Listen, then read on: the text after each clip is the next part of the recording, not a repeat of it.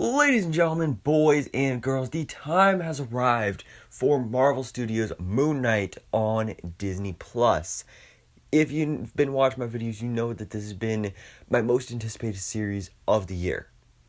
Now, to be fair, we don't really exactly know all the series that are coming out this year. We know we got Ms. Marvel and She-Hulk and all that stuff, but just based off the trailers, this series looked amazing. It looked so fresh and so new for the MCU. I love Oscar Isaac, but even before the trailers, I was excited for the show when it was first announced at, I believe it was D23 back in 2019-ish, something like that. Because Moon Knight is a character that I've always been interested in. It's a character I never really knew much about, but I always thought he was pretty cool. He looks awesome, and I've always wanted to know more about him, and now I'm going to get to through this series. Which, of course, is a journey I'm excited to take with all of you over these next 6 weeks. I think it's going to be a lot of fun, and after just this first episode, I'm having a great time. This really is an amazing series. And if you haven't noticed already, sorry my voice is a little messed up. I haven't been feeling great lately, but hey, it's Moon Knight. We got to talk about it because this episode is great, and there's a lot to talk about. A lot. So guys, anyways, before we get into this, of course, quick spoiler warning: if you haven't seen the episode, you need to go check it out right now on Disney+. The episode is called The Goldfish Problem, which, to be fair, his goldfish Gus isn't really in the episode that much, but still, it's a great episode. So anyway, let's go ahead and let's jump into this. So the episode starts with Arthur Harrow, played by Ethan Hawke. He's going to be our villain of the series. And it's just this quick scene at the beginning where he's doing some sort of ritual and he puts glass in his shoes. And that's it. Then it goes to the credits. And we don't see Arthur Harrow again for probably about 10-20 minutes into the episode. Maybe even longer. But I love how this scene kind of sets the mood for the episode and just the whole show in general. He put glass in his shoes. That's disturbing and messed up. Like a lot of this stuff in the show is going to be, which is great because we're tapping into this more darker side of the MCU, which I absolutely love. But then after we get the cool Marvel Studios intro, we are introduced to our star of the series, played by Oscar Isaac, or at least one of our star characters played by Oscar Isaac, technically, but also technically not. We have Stephen Grant, who's going to be one of our personalities here. And this character, of course, is dealing with dissociative identity disorder. So he's got multiple personalities, and we see that very evidently in this episode. But anyway, when he wakes up strapped into his bed, and there's all this stuff going on here where it's clearly something's going on, to the point where he doesn't want to wake up, and he doesn't want to get up and go do things while he's asleep, with one of his other personalities or something like that. But when he wakes up, he feeds his goldfish.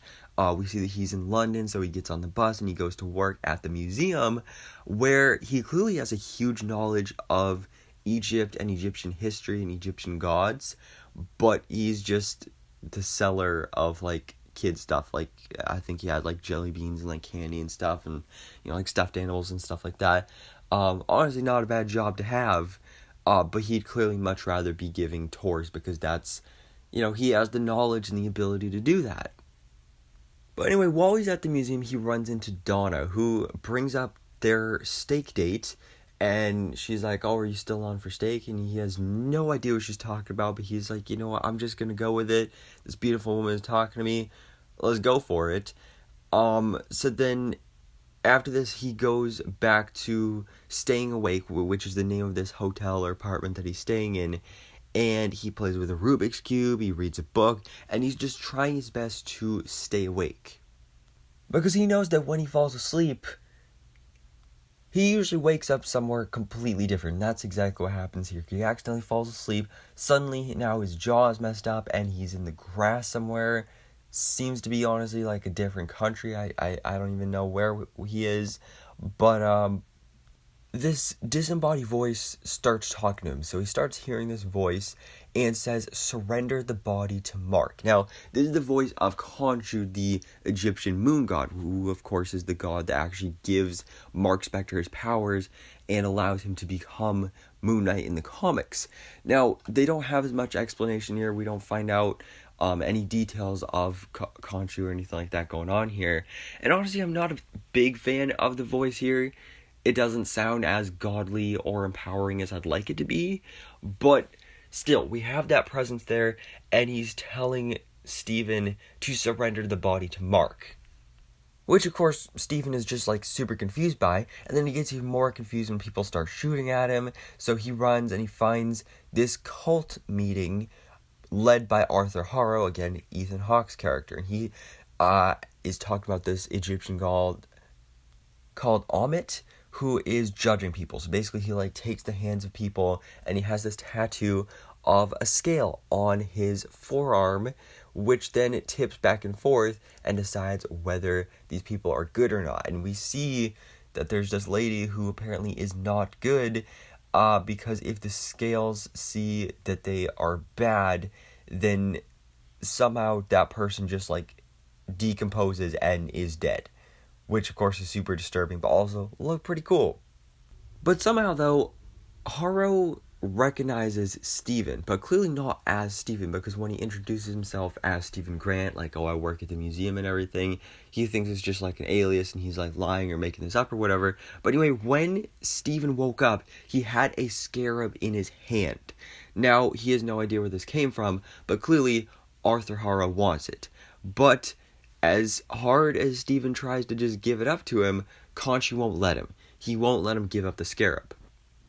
So Steven is just absolutely panicking at this point until all of a sudden he blips out, and seconds later, all of a sudden, all the bad guys are down on the ground, covered in blood. I'm not sure if they're dead or if they're just knocked out or whatever, but clearly Steven did not do that, and clearly this means that Mark took over. And Marc Spector in the comics is a former CIA agent, and he's basically an assassin, so of course he's good with all the getting dirty stuff, if you know what I mean. So that's exactly what he does in this episode, and then Steven gets chased by some bad guys, and he's driving a cupcake truck, where he then blips out again. All of a sudden he's holding a gun. There's a guy in the back of the truck who seems to be dead and falls out the back of the truck. Then there's just more death and destruction until all of a sudden it's all over and he wakes up in the hotel again.